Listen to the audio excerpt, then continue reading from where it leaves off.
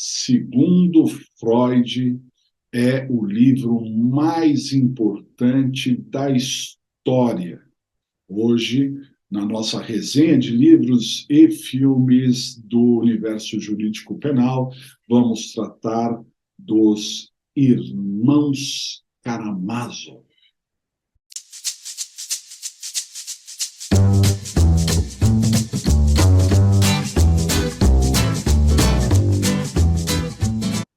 Olá, pessoal, uma grande satisfação ter você aqui no nosso canal. Aqui nós tratamos de direito penal, de processo penal, legislação penal especial, de prática. Aqui você é muito bem-vindo, aqui a sua opinião é sempre muito bem-vinda. Se você não é inscrito no canal, se inscreva e acione o sininho para receber novas notificações, porque constantemente estamos trazendo vídeos novos. Já temos mais de 300 vídeos, caminhando para os 400 vídeos, sempre com assuntos importantes. E nós temos essa nossa resenha aqui de filmes e livros, que tem dado muita satisfação para mim poder comentar aqui os livros e filmes do universo jurídico criminal, né, com vocês. Vocês me dão também um retorno muito legal sobre isso, né? E mandem ideias, livros e filmes que vocês querem que eu comente aqui no canal. Fiquem à vontade. Hoje nós vamos tratar dessa obra que é a obra-prima de Fyodor Dostoiévski, né? Nós que já comentamos aqui Crime e Castigo, que geralmente é o livro que abre a possibilidade de Dostoiévski no Brasil, né? Eu mesmo comecei a entender, a ler Dostoiévski através do Crime e Castigo, mas, na verdade, Irmãos Karamazov, este livro, é um livraço, né? Um livraço. Nessa edição aqui, nós estamos falando aqui de mais de 500 páginas, né? Com letras bastante miudinhas, né? Mas é empolgante, é uma coisa incrível. Este livro, que foi publicado em 1879, é o último livro de Dostoiévski, né? Porque logo na sequência ele acabou morrendo, né? E, na verdade, quando a gente chega ao final de Irmãos Karamazov, a gente vê que o Dostoiévski estava abrindo a possibilidade de outros livros com esses personagens aqui que nós vamos falar, né? Ele dá margem, né, a dizer que teria outros livros, e o próprio Dostoiévski diz que ele tinha intenção de escrever pelo menos 3 livros relacionados a essa temática dos irmãos aqui, principalmente da trajetória do Alyosha. Vou falar um pouquinho mais, que é um dos irmãos Karamazov aqui também. Infelizmente, ele se foi, mas, assim, como eu disse na introdução, segundo Freud, este é o melhor livro que já existiu, né? Na história da humanidade.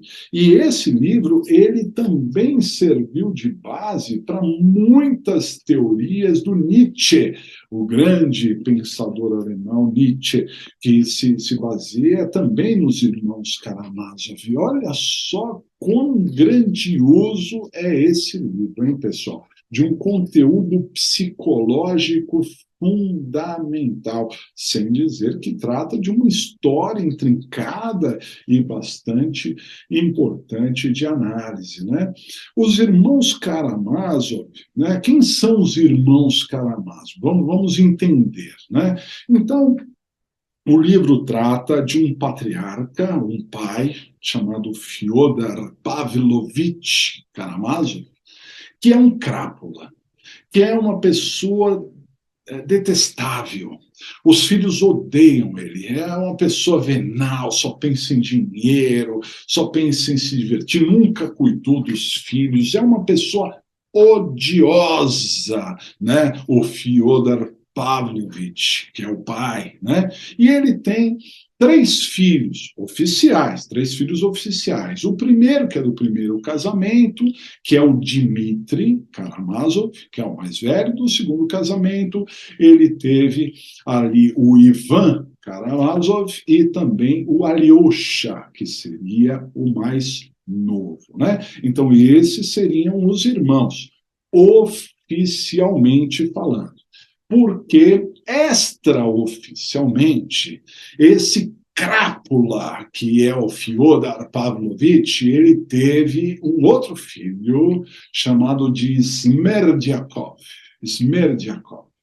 E esse filho, ele está junto do Fyodor Pavlovich na medida em que ele é criado pelo criado do Fyodor Pavlovich, que é o Gregório. O Gregório é um empregado ali e que cuida do Smerdyakov, né? Por quê? Porque ele nunca assumiu efetivamente como filho Smerdyakov.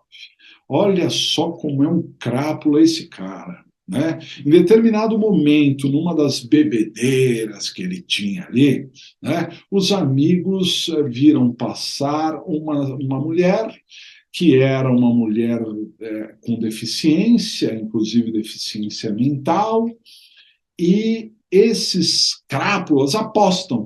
Falam assim, eu duvido que você teria alguma relação com essa mulher. Ah, é?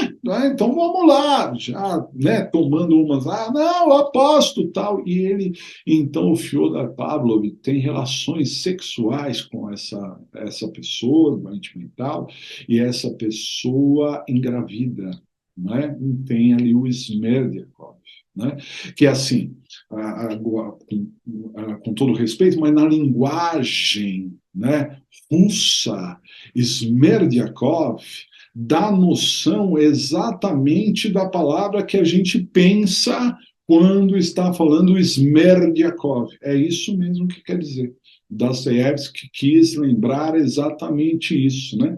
Que seria uma pessoa vindo desse tipo de coisa. Terrível, né, pessoal? Terrível. Bom, o Smerdyakov, ele cresce ali junto à família, mas ali com o empregado, né?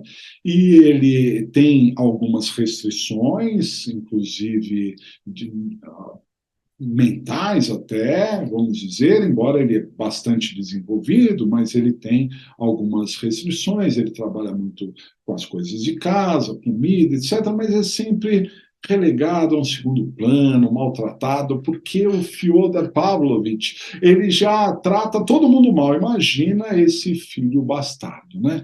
Então é nesse contexto que nós vamos encontrar os irmãos Karamazov. O irmão mais velho, o Dmitri, é assim, é o mais judiado dos filhos, fora o Smerdyakov, claro, mas ele é mais judiado porque ele perdeu a mãe muito cedo, ele foi criado ali solto, sem ter o mínimo de atenção, né? Então ele, quando cresce, ele vai ser um militar, mas ele é muito dado a bebedeiras, ele é assim uma pessoa bipolar, ele acaba sendo uma pessoa doce em determinados momentos, até emotiva e quer ajudar as pessoas, mas por outro lado também ele é briguento, arruma confusão, bate, gasta dinheiro a rodo, né? E ele tem uma herança, porque a mãe dele morreu e deixou uma herança, só que ele era menor.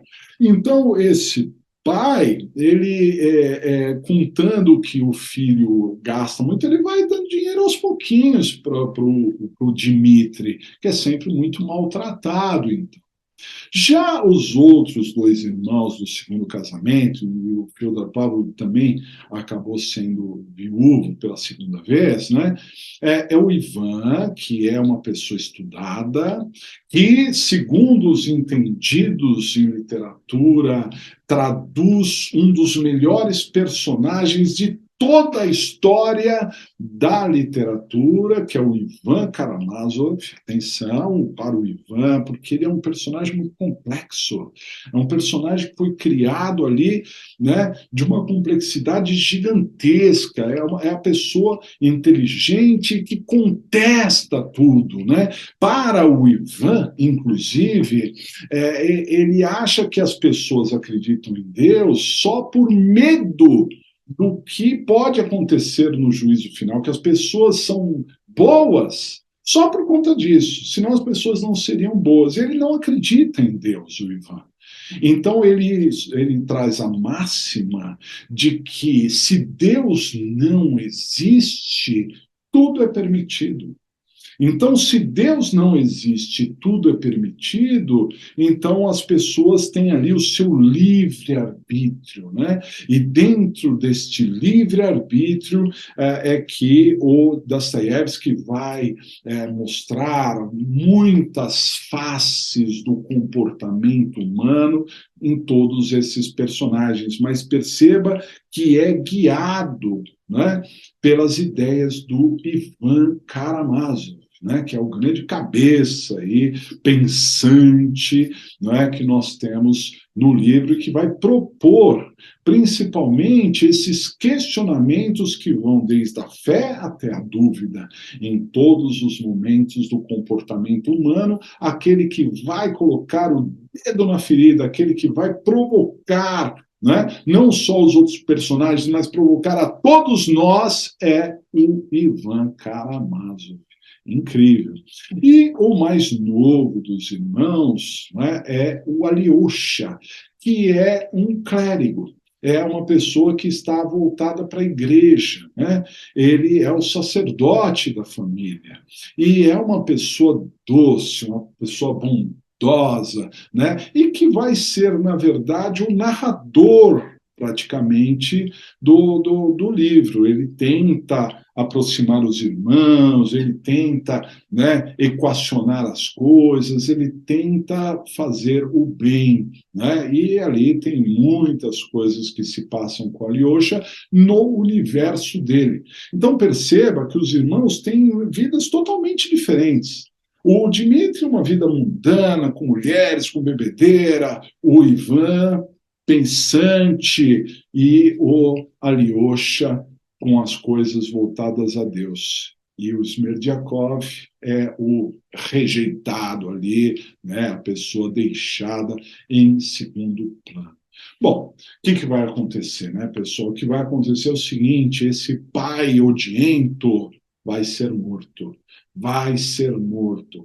E quem matou Fyodor Pavlovich foi um dos seus filhos. Ocorreu um parricídio, que é o que se chama, né? Parricídio, quando um filho mata um pai. E aí o drama, né, vai se desenrolar durante o livro, pessoas vão ser acusadas, nós vamos ter um julgamento, nós vamos ter um júri em que vai ter um promotor acusando, vai ter um advogado defendendo, muito bem defendido, vão ter idas e vindas, e eu não vou contar quem matou, porque vocês, o livro tem mais de 100 anos, vocês precisariam saber, já deveriam ter lido, mas se não ler, tem que ler de novo, porque eu estou com uma vontade imensa de reler este livro, de tamanha de tamanho brilho nesse livro. É incrível, fica para vocês, então. E olha só, né, Dostoiévski, nós vamos falar de Dostoiévski outras vezes aqui, mas o Dostoiévski encerrou a sua brilhante carreira com a obra-prima dele. Ele que já tinha escrito outras obras-primas, e ele termina com Os Irmãos Karamazov. Segundo Freud, o melhor livro de todos os tempos. E eu estou para dizer que é bem por aí mesmo. Se você gostou dessa nossa resenha de filmes e livros, Então, deixe o seu like, deixe o seu comentário, coloca aí, já leu? Não leu? Por que não leu? Precisa ler, não é? Se você leu, gostou, não gostou, qual é o personagem que você gostou mais, qual é a parte do livro que te atrai mais, não é? Então, fica essa grande dica, um grande abraço e até a próxima.